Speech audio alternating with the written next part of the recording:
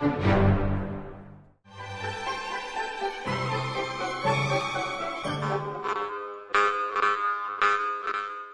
одном маленьком ауле жил-был один егет. Егет этот был искусным охотником. Вот однажды пошел он на охоту.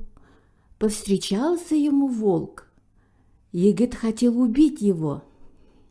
Волк взмолился человечьим голосом: «Не убивай меня, егет.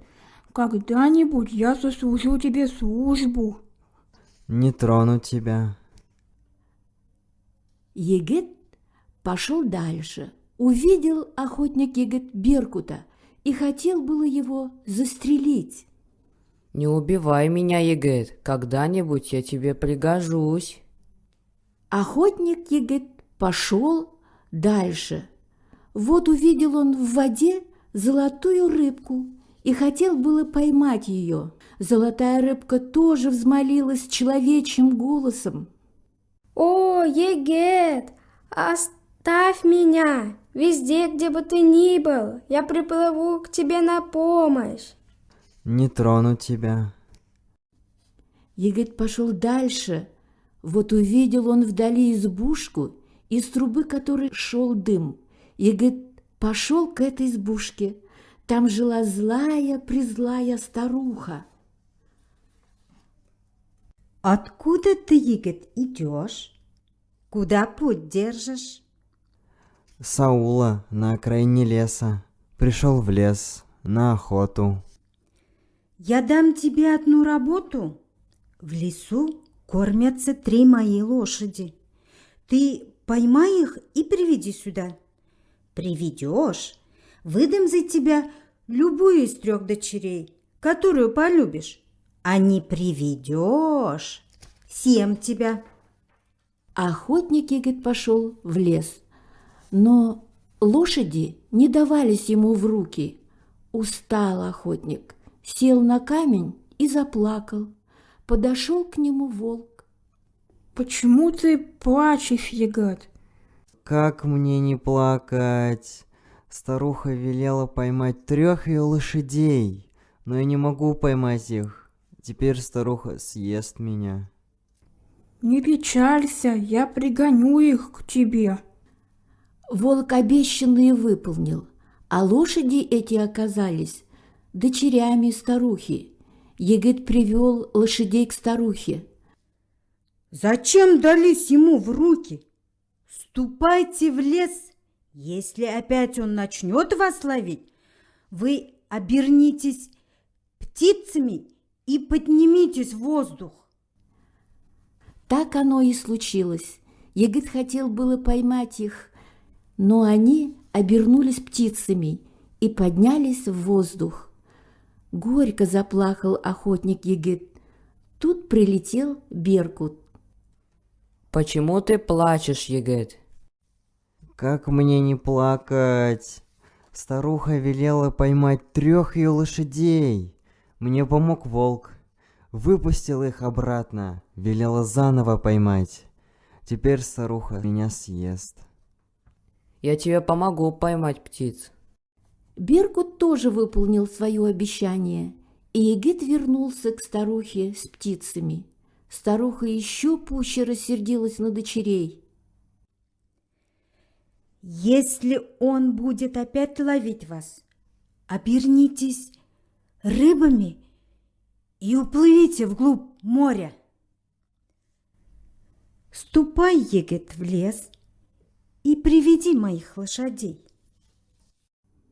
Егет опять погнался за лошадьми и уже поймал было их, но они обернулись рыбами и уплыли вглубь моря.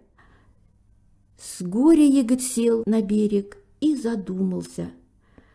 Подплывает к берегу золотая рыбка. «Не печалься, егет, я помогу тебе.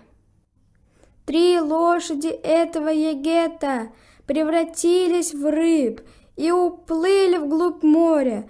Разыщите их и приведите сюда». Приказала она рыбам, рыбы тут же отыскали их и привели к егету. «Вот 3 дочери Выбирай любую. Егет выбрал младшую дочь. Они остались вдвоем. Мать наша очень злая. Она превратит меня в рябую горбатую девку, а среднюю сестру и сделает старухой. Самую старшую сестру она сделает красавицей. Смотри, не ошибись в выборе. Ну что, Егет, справился с моими заданиями? Ну, выбирай любую из 3 дочерей.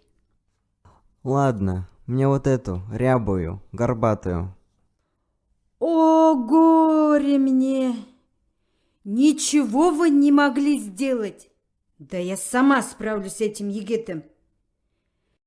Иди сейчас в сарай, выведи оттуда лошадь и объезди ее. Она сама превратится в лошадь. Ты, когда будешь заходить в сарай, возьми железный сукмар и ударь ее им. Когда она захочет подняться с тобой в воздух, ударь ее им по голове, и тогда она точно ничего не сможет тебе сделать. Пошел егет-охотник в сарай, взял в руки железный сукмар. Лошадь хотела легнуть его ногой, но егет ударил ее сукмаром, вывел и сел верхом. Лошадь прыгнула почти до крыши избушки, а егет ее сукмаром по голове. Лошадь опустилась на землю. Егет объездил ее и вновь привел в сарай. Когда егет ушел, лошадь обернулась старухой и, незаметно пробравшись в избу, улеглась на печке, жалуясь, что, мол, у нее голова болит. Так уж и быть, выдам свою младшую дочь за тебя. Говорят, и сейчас они живут и поживают, и добро наживают. Автор сценария Татьяна Резябкина.